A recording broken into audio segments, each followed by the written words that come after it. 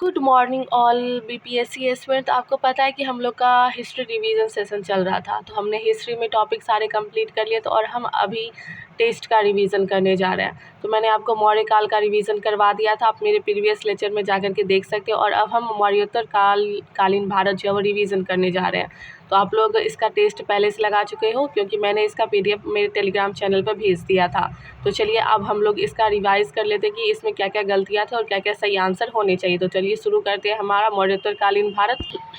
तो देखिए, आपका फर्स्ट क्वेश्चन है कि निम्नलिखित में से किस अभिलेख में भारतवर्ष का प्राचीनतम प्रमाण मिला है।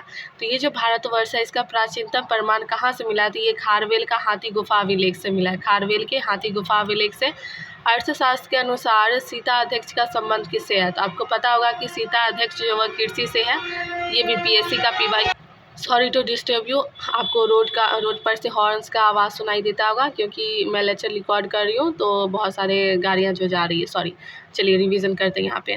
किस अभिलेख में कलिंग विजय का वर्णन मिलता है। तो आपका दिया हुआ है मास्की अभिलेख, रुद्रदामन अभिलेख, जूनागढ़ अभिलेख और ये उपयुक्त में से कोई नहीं, उपयुक्त में से एक से अधिक। तो इसका आंसर आप देख सकते हैं, इसका आंसर क्या होना चाहिए, उपयुक्त में से कोई नहीं होना चाहिए।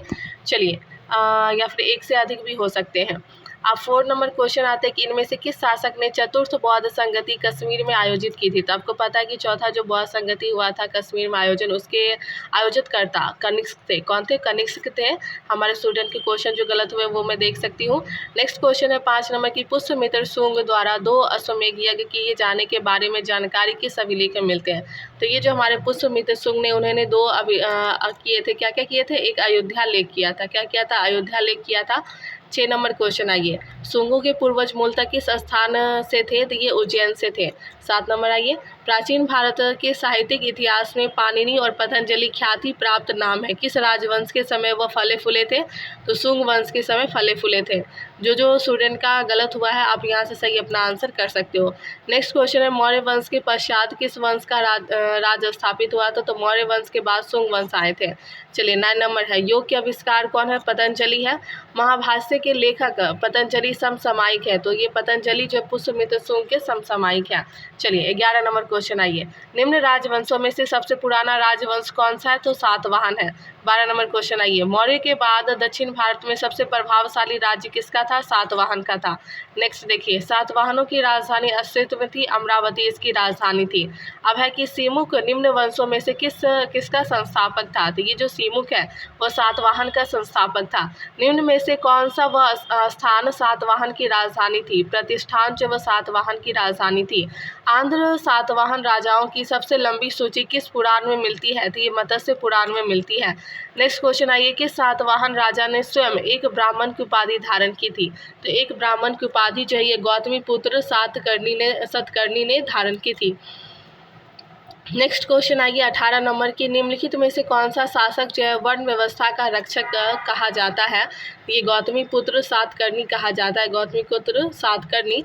19 नंबर देखिए कि निम्नलिखित शासकों में से किसके लिए एका ब्राह्मण प्रयुक्त हुआ था। ये जो एका ब्राह्मण है ये किसके लिए प्रयुक्त हुआ था। तो एका ब्राह्मण जो है ये आपको मिलेगा गौतमी पुत्र सातकर्णी के लिए प्रयुक्त हुआ था। गौतमी पुत्र सातकर्णी के लिए क्या हुआ था, प्रयुक्त हुआ था।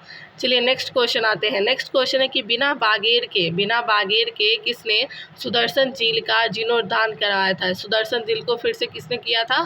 तो ये रुद्रदामन प्रथम दिया हुआ है। कौन दिया? रुद्रदामन प्रथम। नेक्स्ट आइए कि शक संवत प्रारंभ होता है 78 ईस्वी से शक संवत प्रारंभ होता है। देखिए नेक्स्ट क्वेश्चन की काव्य शैली का प्राचीनतम नमूना किसके अभिलेख में मिलता है। तो ये काठियावाड़ के रुद्रदामन के अभिलेख में मिलता है। ये जो काव्य शैली का प्राचीनतम नमूना है ये काठियावाड़ के रुद्रदामन अभिलेख में मिलता है। नेक्स्ट है किस अभिलेख में रुद्रदामन प्रथम की विभिन्न उपलब्धि वर्णित है। तो रुद्रदामन प्रथम की जो उपलब्धि है वो जूनागढ़ अभिलेख में वर्णित है। चलिए नेक्स्ट देखिए कि इनमें से किसने सर्वप्रथम व्यापक पैमाने पर स्वर्ण मुद्रा का प्रचलन किया था। स्वर्ण मुद्रा का प्रचलन भीम कनफ्यूशियस ने किया था। नेक्स्ट क्वेश्चन है कुषाण जो है वो फारस की खाड़ी और लाल सागर से होकर व्यापार करते थे। सही बात है, कुषाण फारस की खाड़ी और लाल सागर से ही व्यापार करते थे। और बी इसका आर दिया हुआ है कारण कि उनकी सुसंगठित नौसेना उच्च कोटि की थी। यही गलत है, कुषाण की सेना उच्च कोटि की नहीं थी, इसलिए सेकंड स्टेटमेंट गलत हो जाएगा। तो इसका आंसर होगा कि दोनों ए और आर सही है, और ए सही है परंतु आर जो है गलत हो जाएगा। चलिए नेक्स्ट क्वेश्चन पे आते हैं। 26 नंबर, कनिष्क के सारनाथ बौद्ध प्रतिमा अभिलेख की तिथि क्या थी? ये जो कनिष्क है इसके सारनाथ बौद्ध प्रतिमा की जो अभिलेख है वह 81 दिया हुआ है, 81 ईस्वी सन में दिया हुआ है। नेक्स्ट क्वेश्चन आपका है कि कुषाण शासक जो कनिष्क का राज्याभिषेक हुआ था वह किस सन में हुआ था? तो आपका 78 AD दिया हुआ है। अगर आपको नेक्स्ट क्वेश्चन पे आया कि 28 नंबर आपका क्वेश्चन दिया हुआ है कि बुध का किसके सिक्कों पर अंकन मिला है? ये जो बुध का दिया हुआ है कि किसके सिक्कों पे अंकन दिया हुआ है, तो आप देख सकते हैं यहाँ पे आंसर आपका दिया हुआ है कनिष्क के दिया हुआ है। तो जो स्टूडेंट के आंसर गलत हुए आप यहाँ से सही कर सकते हो। नेक्स्ट क्वेश्चन आपका दिया हुआ है 28 नंबर की उत्तरी तथा उत्तरी पश्चिमी भारत में सर्वाधिक संख्या में तांबे के सिक्कों को जारी किया गया था। ये जो तांबे के सिक्के को जारी किया गया था ये सबसे ज़्यादा कुषाणों के द्वारा जारी किया गया था। अगर आप 30 नंबर क्वेश्चन पे आओगे कि निम्नलिखित में से कौन कनिष्क प्रथम के दरबार में नहीं गया था, तो आपको पता होगा कि कनिष्क प्रथम के दरबार में विशाख दत्त जो है वो नहीं गए थे। चलिए नेक्स्ट क्वेश्चन पे आते हैं कि 31 क्वेश्चन आपका दिया हुआ है कि कनिष्क के समकालीन निम्नलिखित नामों का अध्ययन करें और निम्नलिखित उत्तर कोड के अनुसार अपना उत्तर जो अंकित करें। तो चलिए आपको कनिष्क के समकालीन कौन कौन थे, तो आपको पता होगा कि अश्वघोष और वसुमित्र जो है वह कनिष्क के समकालीन थे। चलिए नेक्स्ट क्वेश्चन पे आते हैं। दिया हुआ है कि प्रसिद्ध बौद्ध विद्वान अश्वघोष किसके समकालीन थे? तो आपको पता है कि ये जो अश्वघोष थे ये कनिष्क के समकालीन थे। चलिए नेक्स्ट क्वेश्चन पे आते हैं। नेक्स्ट क्वेश्चन है आपका कि निम्नलिखित में से कौन से एक कनिष्क के दरबार से संबंध नहीं था? आपको पता होगा कि कौन से कनिष्क के दरबार से संबंधित नहीं थे, तो वो पतंजलि हो जाएंगे। चलिए आपका 34 नंबर क्वेश्चन दिया हुआ है। जितने भी स्टूडेंट का आंसर गलत हुआ है आप यहाँ पे आंसर अपने चेक करके सही कर सकते हो। चलिए नेक्स्ट क्वेश्चन पे आते हैं कि निम्न में से किसने चरक को संरक्षण प्रदान किया था? तो ये कनिष्क ने प्रदान किया था और इसका PDF आपको मेरे टेलीग्राम चैनल पर मिल जाएगा। चलिए नेक्स्ट क्वेश्चन है कि निम्नलिखित नगरों में से किसका उल्लेख कनिष्क के रबातक अभिलेख में नहीं है? तो ये जो रबातक अभिलेख है उसमें आपको श्रावस्ती नहीं देखने को मिलेगा। नेक्स्ट क्वेश्चन है भारतीयों के लिए सिल्क मार्ग किसने आरंभ किया था? ये कनिष्क ने आरंभ किया था। नेक्स्ट क्वेश्चन आइए कि निम्नलिखित में से किस वंश के साम्राज्य की सीमाएं जो है वह भारत के बाहर तक फैली थी? तो ये कुषाण वंश हो जाएंगे जिनकी सीमा जो है वह बाहर तक फैली थी। चलिए नेक्स्ट क्वेश्चन आते हैं कि प्राचीन भारत में निम्न में से किस एक ने नियमित रूप से सोने के सिक्के चलाए थे? तो आपको पता होगा कि कुषाणों ने जो है वो सोने के सिक्के चलाए थे। अगर आपको नेक्स्ट क्वेश्चन आइए कि रंगमहल संस्कृति जो वो किससे संबंधित है, तो आपको पता होगा कि कुषाणों के युग से संबंधित है। तो नेक्स्ट क्वेश्चन देखिए कि जितने भी स्टूडेंट हैं उनका आंसर अगर गलत हुआ तो आप यहाँ से सही कर सकते हो और आपका मतलब आपको इसका PDF मेरे टेलीग्राम चैनल पे मिल जाएगा। चलिए नेक्स्ट क्वेश्चन आप 40 नंबर आओ कि विक्रम संवत जो कब से प्रारंभ हुआ था? तो आपको पता होगा 58 ईस्वी पूर्व जो आपको विक्रम संवत प्रारंभ हुआ था। अगर आप 41 क्वेश्चन देखोगे कि निम्नलिखित में से किसने 4 अश्वमेध यज्ञ किए थे?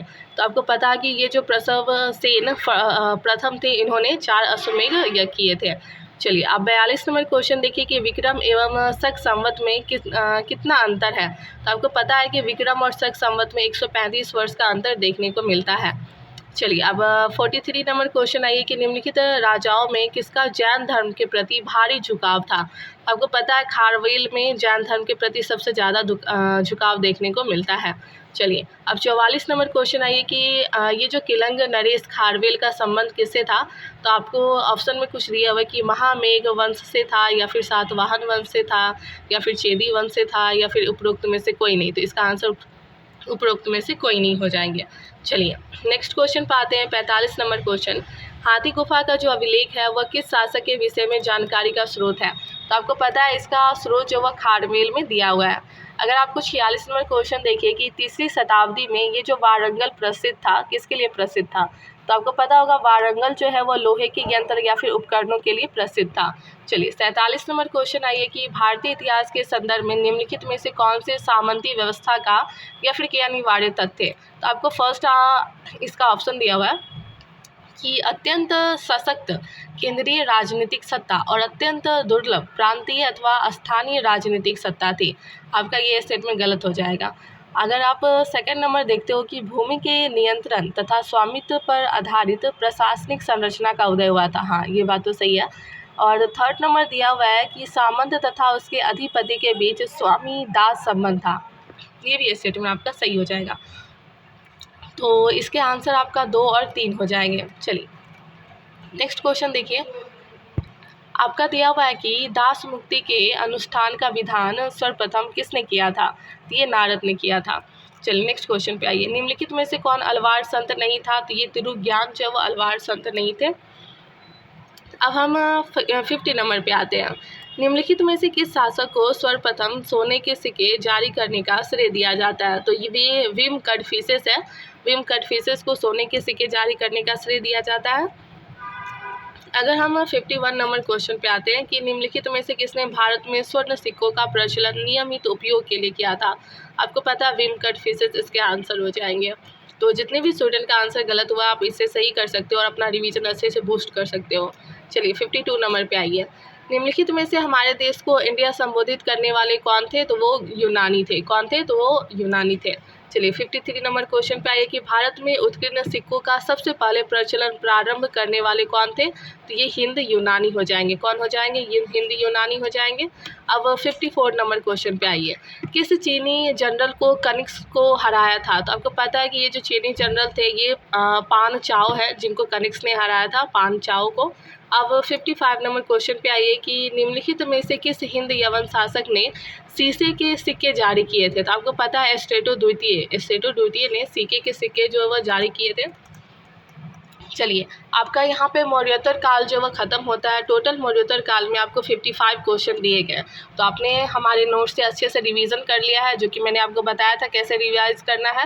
नेक्स्ट आज आपने मॉक टेस्ट मैंने दिया था वो भी आपने लगा लिया, तो इससे हमारे जितने भी क्वेश्चन बीपीएससी में आएंगे वो हमारे सॉल्व हो जाएंगे, सारे सॉल्व हो जाएंगे। और इससे भी आगे भी आपको अच्छे से अपने नोट्स और अपने जितना आप टेस्ट दे सको अधिक से अधिक टेस्ट लगाओ और इस बार अब की बार BPSC pass. Thank you so much.